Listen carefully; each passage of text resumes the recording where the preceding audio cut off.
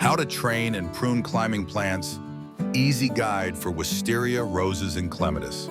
Hello, fellow plant lovers, and welcome back to Earthly Delights, the place where soil meets soul in every garden, whether it's a tiny balcony, a shaded corner, or a sprawling backyard, has a story to tell. If you've ever stood in front of your climbing plants, scratching your head and wondering why your wisteria won't bloom, why your rose looks tangled, or why your clematis seems to grow up every which way, but the right one, then you are in exactly the right place. I know many of you watching are busy people who long for a garden that feels effortless yet alive, a space that greets you after a long day with beauty instead of stress. Some of you are beginners, still figuring out the difference between pruning and cutting back. Others are seasoned gardeners who've tried and failed, but can't give up on the dream of having walls draped in blossoms. And for my indoor plant enthusiasts, you may not have a fence or a pergola, but you're curious about how training principles apply to keeping greenery tame and thriving inside your home. In today's video, I'll share how to transform climbing plants swerved from unruly messes into breathtaking displays. Whether it's the disciplined elegance of wisteria, the romantic charm of roses, or the cascading grace of clematis. And I promise it's not about complicated tricks. It's about simple, time-tested steps you can actually do, no matter your experience level. So settle in, imagine the scent of flowers on a warm breeze, and let's dive into the art of training and pruning climbers together. And before we begin, don't forget to hit that subscribe button. Join our Earthly Delights community so you never miss a chance to grow beauty, peace, and joy in your own garden. 1. Getting to know the personality of your climbers. When you look at a climbing plant, it may just seem like another bit of greenery stretching toward the sky. But the truth is, every climber has its own personality. And just like the people in our lives, some of them are spirited and demanding, while others are gentle and easygoing. Understanding this personality is the very first step to training and pruning with confidence. Take wisteria, for example. This is the overachiever in the garden, the one that wants to run wild, taking every wall and pergola as its own personal playground. Without guidance, it will sprawl and tangle, but with discipline, it rewards you with cascades of flowers that stop you in your tracks.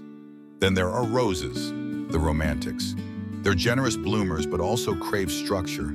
If you simply let them grow where they please, you might end up with more thorns than the blossoms. But guide them gently, and they'll drape your space in dreamy waves of color and scent.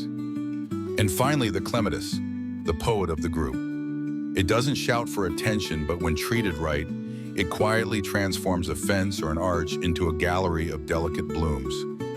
Many of you watching already know what it's like to fall in love with a plant and then feel the sting of disappointment when it doesn't perform.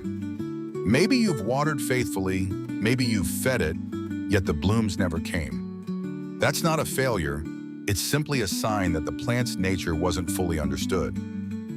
Think of this step as learning the language of your climber. When you know who they are, you can work with them, not against them. And that's when gardening shifts from frustration to fulfillment, when every snip of the shears feels like part of a conversation between you and your plant. Now that we've begun to understand their character, let's see how to bring out the very best in them, starting with the unruly but magnificent wisteria. 2. Wisteria taming the wild beauty. If there's one climber that has both enchanted and frustrated gardeners more than any other, it has to be wisteria. At first glance, it's a dream come true. Long trails of lilac blossoms hanging like waterfalls, filling the air with fragrance. But anyone who has lived with wisteria knows that behind its beauty is a wild heart. Left unchecked, it will twist, sprawl, and take over whatever stands in its path.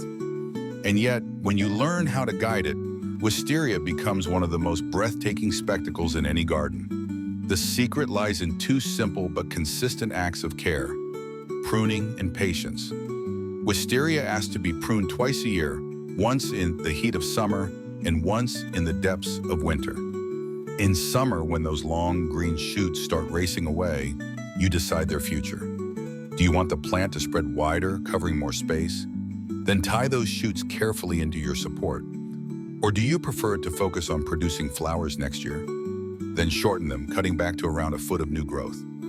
Come January, you'll return with your shears, reducing them again to finger length, and each cut you make whispers an invitation for blooms to appear. And let's talk about those seed pods, shaped like beans and tempting to keep. But here's the truth.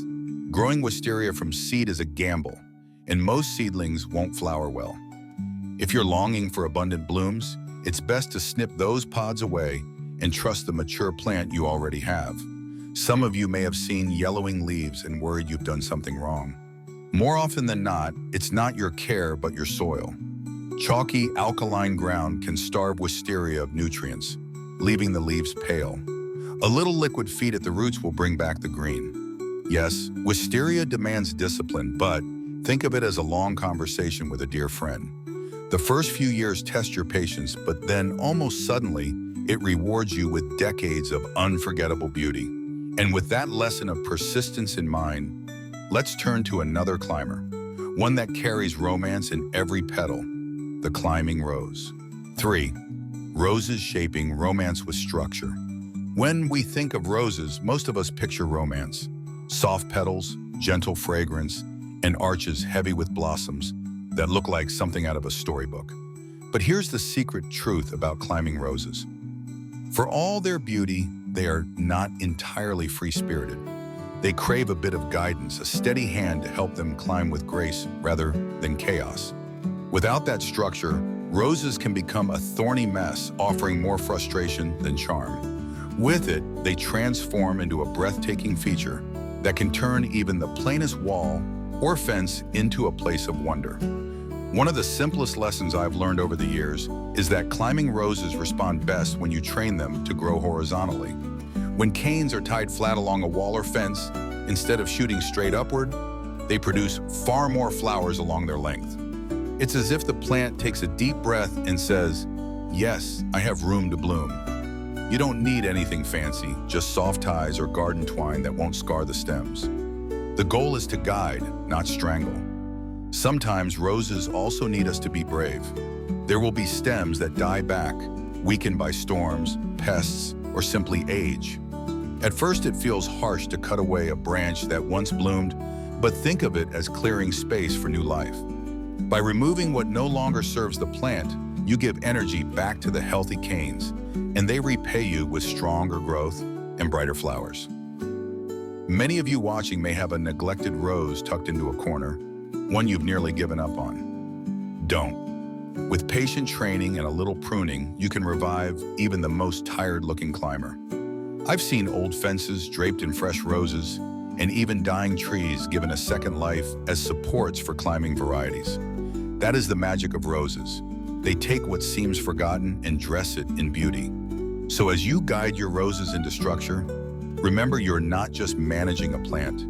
You're shaping romance itself. And with roses thriving under your hand, let's move on to a climber that often confuses gardeners, but can be the easiest of all once you understand its rhythm. The ever-charming Clematis. 4. Clematis, the gentle climber with hidden rules. Clematis has a way of stealing your heart quietly. It doesn't shout with massive blooms all at once like wisteria, nor does it overwhelm you with thorns like roses. Instead, it offers cascades of delicate flowers in shades that can range from dusky purple to pure white. And when it's happy, it can make even a plain garden corner feel like a piece of art. But here's the twist. Clematis can be confusing. Many gardeners, even experienced ones, struggle to know when to prune it, cut at the wrong time, and you risk losing every bloom for the season. Leave it completely alone, and it can become a tangle that feels impossible to control. The key is understanding which group your clematis belongs to. Think of it like knowing the temperament of a friend. Some need space, some need encouragement, and some thrive when you set clear boundaries. Group 1 blooms in early spring and should only be lightly touched, if at all, right after flowering. Group 2 likes a gentle trim after its first flush, encouraging a second round of blooms. And Group 3, perhaps the most forgiving of all, lets you cut it right back to the ground in winter, only to surge forward with fresh growth the next year. Once you know your group, the mystery melts away. And here's something I love about Clematis. You don't need to force it into perfection during the summer months. Let it wander a little, train a wayward stem onto an obelisk or trellis, and enjoy its freedom. This plant teaches us that beauty doesn't always come from strict order. Sometimes it's about knowing when to step back and let nature surprise you. So if you've ever stood staring at your clematis, unsure whether to snip or to leave it be, take heart. You're not alone. Every gardener has hesitated with the shears in hand. But once you learn its rhythm, clematis becomes one of the easiest and most rewarding companions in your garden. With that sense of ease, let's move into the practical side.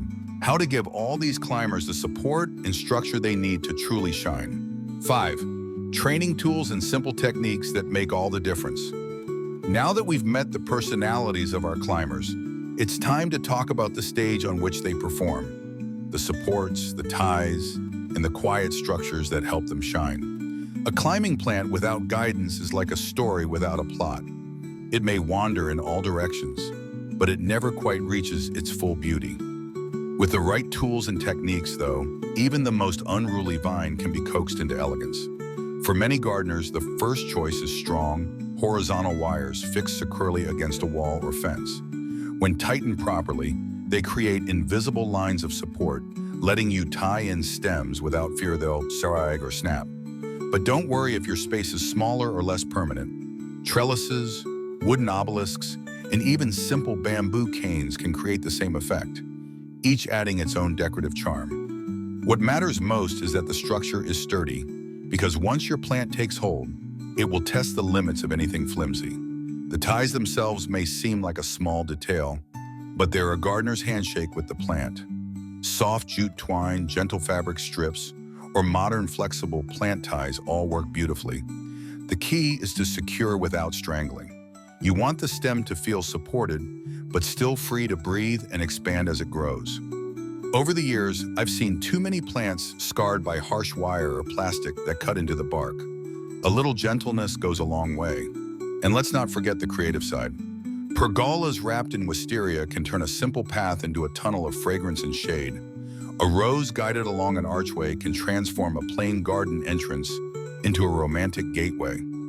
Even a small balcony can hold a clematis climbing up a slim obelisk, giving height and color where space is limited.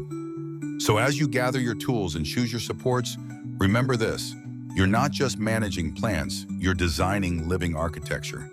And once your climbers are securely trained, the next step is giving them the fuel they need to flourish, through water, food, and a little protection at the roots. 6. Water, feeding, and mulching, the secret care behind the blooms. Behind every lush wall of flowers lies something less glamorous, but far more important: the quiet rhythm of watering, feeding, and protecting the soil. Many gardeners assume that once a plant is in the ground, nature will take care of the rest. But climbing plants, especially those tucked against walls and fences, often live in what's called a rain shadow, an area where very little water actually reaches the roots. Rain runs off the roof, drips away from the wall, and the soil closest to the base of your climber is often drier than you realize. This is where your steady care becomes essential. In the first year especially, deep and regular watering is like a lifeline. Instead of sprinkling lightly, soak the soil so that moisture travels deep down to the roots. Plants trained against brick or stone walls need this extra attention because those materials wick away water, leaving the ground parched far faster than open beds. But water alone is not enough. Just as we need nourishment, so do our plants. A liquid feed during the growing season can keep wisteria leaves rich and green, roses full of energy for repeat blooming, and clematis strong enough to keep producing fresh growth. Think of feeding not as a chore, but as a conversation, a way of telling your climber, I see you, I'm giving you what you need to thrive. And then comes mulch, the unsung hero of the garden. A thick layer of bark chips, compost, or even shredded leaves spread over damp soil acts like a shield. It locks in moisture, keeps roots cool during hot days, and slowly enriches the ground as it breaks down. For you, it also means less frequent watering and a happier, more resilient plant. With these basics in place, your climbers are no longer struggling for survival. They're ready to channel all their energy into blooming. And once the essentials are secure, we can turn our attention to something far more exciting: using these plants to design space of pure beauty and creativity. 7. Turning climbers into living design. Once the roots are cared for and the supports are in place, climbing plants become more than just greenery. They become brushstrokes in the canvas of your garden. This is where creativity enters, where you can step back and imagine how your space might feel draped in blooms, shaded by leaves, or framed by graceful stems. Climbers are not only plants, they are design elements that shape atmosphere, mood, and movement. Picture a bare wooden fence. On its own, it might look plain, even a little harsh. But once a clematis begins to weave its way across, layering soft purple or white blossoms, suddenly that same fence becomes alive, something worth pausing by each time you pass. Or imagine a garden gate. With nothing around it, it serves its purpose and nothing more. But let a climbing rose drape itself in fragrant clusters above and around the arch, and the gate transforms into an entrance to another world, a threshold that invites you to step through with wonder. Wisteria, of course, is the grand artist. Trained over a pergola, its long clusters of lilac flowers create a living tunnel, offering shade in the day and a sweet fragrance in the evening air. Sitting beneath such a canopy is not just gardening, it's creating an experience, a memory that lingers long after the petals fall. And even in small spaces, climbers can work their magic. A balcony may hold only one pot, but add an obelisk and a vigorous clematis, and suddenly you've built a tower of color that stretches skyward. The joy of designing with climbers lies in their ability to soften hard edges and turn the ordinary into the extraordinary. They teach us that even the plainest wall, the simplest gate, or the smallest balcony has the potential for beauty when we invite nature to climb and create alongside us. And with such beauty possible, it's worth remembering the pitfalls too, the common mistakes that can hold back all this potential. That's where we turn next. 8. Avoiding the mistakes that hold climbers back. For every gardener who has fallen in love with climbing plants, there comes a moment of frustration. When flowers don't appear, when stems tangle into a mess, or when the plant looks tired despite your best care. More often than not, it isn't bad luck. It's simply a few common mistakes that many of us make without realizing. Learning to avoid them is like unlocking a hidden door to healthier, happier climbers. One of the biggest missteps is pruning at the wrong time. With clematis especially, a snip in summer can mean saying goodbye to an entire season of blooms. With wisteria, forgetting its 2 crucial pruning windows can leave you with a jungle of leaves and no flowers at all. Timing is everything, and once you learn the rhythm, you'll see how quickly your plants respond with gratitude. Another mistake is leaving seed pods or dead stems in place. Wisteria pods may look harmless, but they drain energy from the plant and rarely produce good flowers if you try to grow them. Dead stems, whether on roses or clematis, act like blockages, preventing fresh growth from reaching its full strength. A simple cut here and there clears the way for renewal. Tying too tightly is another silent culprit. Many gardeners unknowingly strangle their climbers by fastening stems with wire or harsh ties. It may hold the plant up, but it cuts into the bark, leaving scars that weaken it for years to come. Always think of ties as gentle hands, supportive but never restrictive. And then there's planting too close to a wall without preparing the soil properly. Those rain shadows we talked about earlier can quickly dry out roots if they're pressed against a foundation. Shifting your planting hole even a foot away and working in rich compost can make all the difference between struggle and strength. These mistakes are easy to make, but they're just as easy to correct. Once you see them, you can avoid them, and your climbers will reward you generously. And when those lessons sink in, you begin to see the deeper meaning behind gardening itself. The way pruning, guiding, and patience can transform not only plants, but also us. That's where we'll go next. 9. The deeper rewards of training and pruning. When we step back from the shears, the wires, and the watering can, we realize that climbing plants aren't just about flowers on a wall or shade on a summer day. They are teachers, whispering lessons about growth, patience, and the beauty that comes from careful guidance. Every cut, every tie, every moment of waiting holds meaning far beyond the garden. Think of the wisteria asking us to commit to years of discipline before revealing its breathtaking cascades. It teaches us that true beauty doesn't rush. It builds quietly, rewarding those willing to wait. Or the climbing rose, thriving when its canes are bent and guided into place. It shows us that sometimes we need structure in our lives to bloom fully, and that letting go of what's dead or damaged makes space for new beginnings. And then there's Clematis, reminding us that not everything needs strict order. Some seasons, the best thing we can do is step back, let the plant wander, and trust its natural rhythm. For many of you watching, gardening is more than a hobby. It's a sanctuary, a way to breathe a little easier in a world that often feels too fast, too harsh. Training and pruning climbers mirrors the way we nurture our own growth. We remove what no longer serves us. We create supports when life feels heavy, and we allow beauty to unfold in its own time. That's why I believe climbing plants touch gardeners so deeply. They transform bare fences and tired walls into living poetry. But they also transform us. They remind us that with patience and care, wildness can become wonder, and frustration can turn into fulfillment.